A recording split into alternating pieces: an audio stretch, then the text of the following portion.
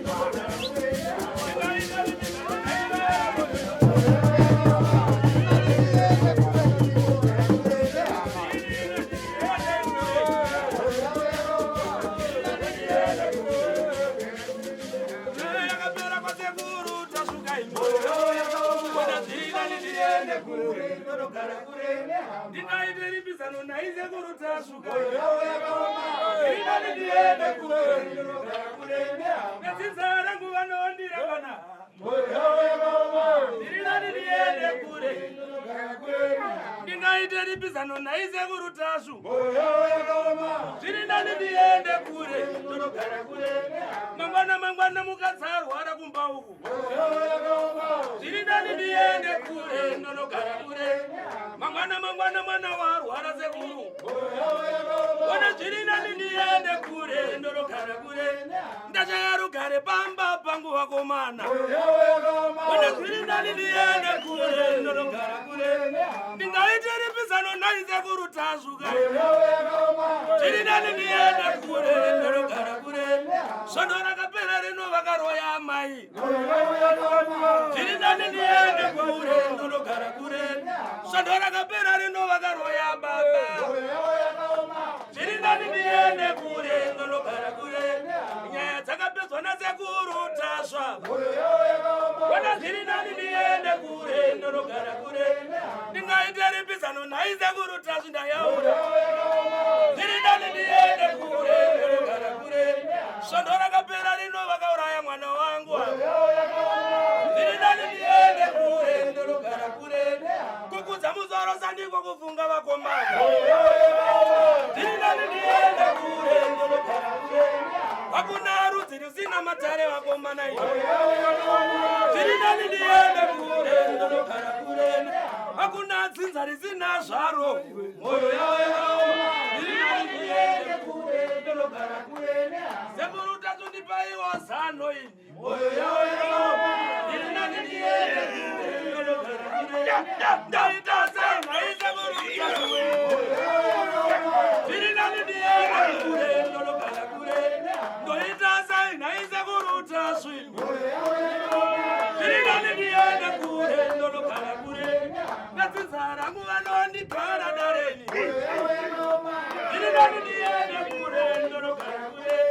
verudzi rwangu vanondirangana ine moyo yawo yakaoma ndiri nani ndiende kure ndinogara kure svondo rakapera rino vakaroya mukoma ndiri nani ndiende kure ndinogara kure ndoita sei naivera soko ndiri nani ndiende kure ndinogara kure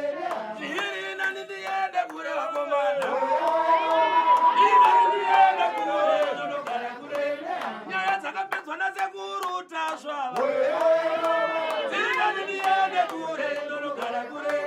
nyaya dzakapedzwa nasekuru tasvini ndiri nani ndiende kure ndinogara kure yavirambira karingi nemagwenyambira moyo yawo yakaoma ndiri nani ndiende kure ndinogara kure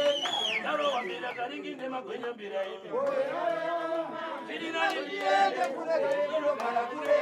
ndiri nani ndiende kure vakomana ndiri nani ndiende kure ndinogara kure ndiri nani ndiende kure